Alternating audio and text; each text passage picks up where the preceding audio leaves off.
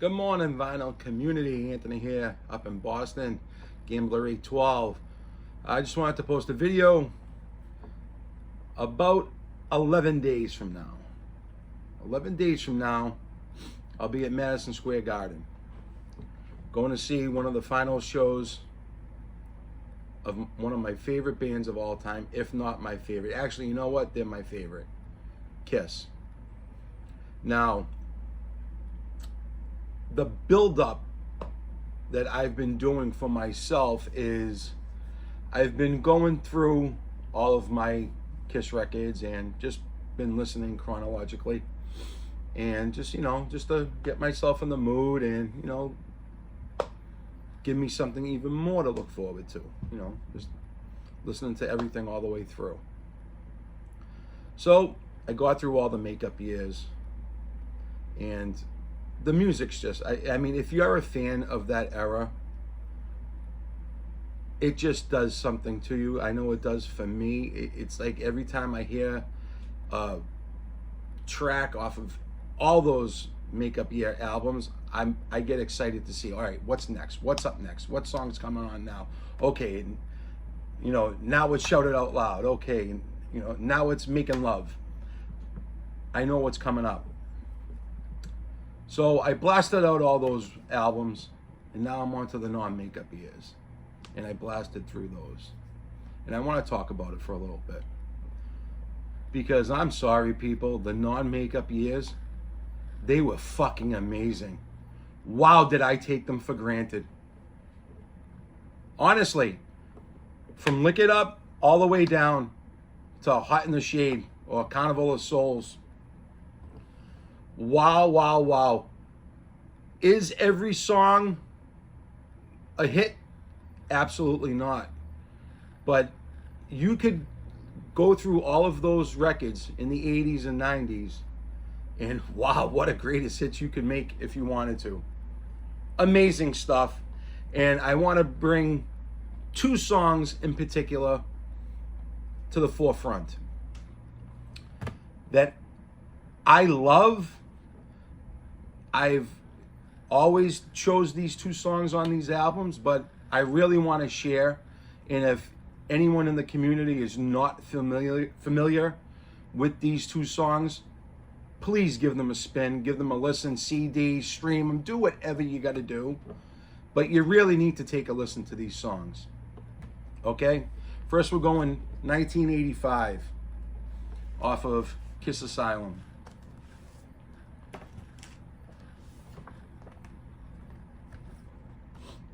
Okay, the song, Who Wants to Be Lonely? Kiss Asylum. Say what you want about Paul Stanley, but the man can write a song. And Who Wants to Be Lonely is also with Desmond Child and Jean Beauvoir. And Desmond Child and Paul Stanley, they've done a ton of work together. So they're very familiar with each other. But just take a look at some of the lyrics on this song. Actually, you know what? I need my glasses. There's no way I'd be singing that. Okay, open yourself to me. Let me show you what it can be like. Baby, giving it all that you've got. Nothing can hold you back. Some things can stand alone. A mountain can feel no desire. Wow, that's tough. But a heart isn't made of stone. Wake up in the middle of the night. No one's going to make it all right. Who Wants to Be Lonely? Goes into the chorus. Like I said, say what you want about Paul. Man can write a tune. And most of his stuff is cheesy. But you do find these songs that you can feel the pain in Paul's lyrics. You really can. And in this song, just the heaviness that goes along with Paul's heart, and then to feel it through the chorus and the music, please check out Who Wants to Be Lonely off of Asylum. Very underrated album in my opinion. Good stuff. Obviously starts out with King of the Mountain, killer track. But check out Who Wants to Be Lonely. Okay, second, Lick It Up album. I'm sorry, this album, every time I spin it, it's just better and better.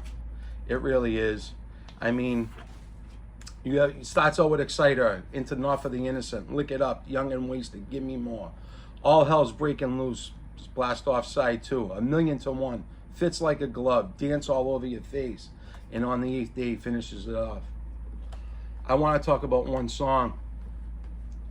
Second song, Side 2, A Million to One.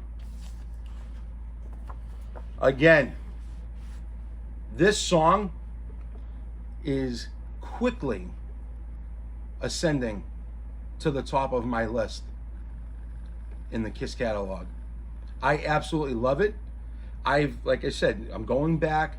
I've heard it before, but the version that really punched me in the face with this song was off of Paul Stanley's solo tour in 2005.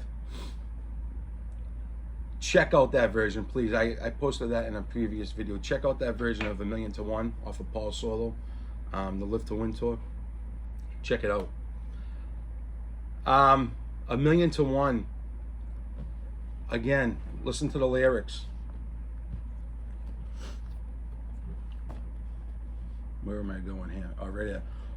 One of these days you'll come out of your haze, no matter what you do. It'll be too late. Something good won't wait. Love is running out on you. Once again, say what you want about Paul Stanley. The man's heart's been broken. And I got to give Vinnie Vincent credit also. He co-wrote this song with Paul. And Vinnie takes a lot of junk for, you know, his you know, place in the band. Vinnie's wrote amazing songs along with Paul. And this song here, like I said, it's not only Paul talking to somebody about, you're gonna regret giving me up. I'm a million to one. One of these days you're gonna break out of your haze. It's Paul pleading with this person to open their eyes and to realize what they have right in front of them. And I think everyone in our life, we've all been in that type of situation. I would imagine that, you know, you take someone for granted or a situation for granted, and then boom, before you know, it's gone. If I had to build a top 10 Kiss song list, right now A Million to One is in my top 5. I absolutely love this track. 1983, I believe this album came out. The first album without the makeup. People, once again, please check out these two songs. Just A Million to One, Lick It Up, Who Wants to Be Lonely, off of Asylum. I am so pumped for next week to go to Madison Square Garden. Obviously, if anyone's there, please hook me, send me an email. If you have my number, send me a text. I'd love to hook up with you, grab a drink, shoot the breeze. And my eyes are wide open with this concert. Obviously, everyone knows what's going on. We've talked about this before. I don't care. I want to see the stage show. I want to see Gene spit blood. I want to see Paul fly across the crowd and sing Love Gun. We all know what's going on. That is besides the fact. This is Kiss, people. This is my band that's always been there for me. And when Ace left and Peter left after the reunion tour, I had a very, very bitter taste in my mouth, and I did not support Sonic Boom, and I did not support Monster, because I just couldn't bring myself to watch someone dressed up like Ace, and Ace is my favorite member of the band, and I really just shoved them aside.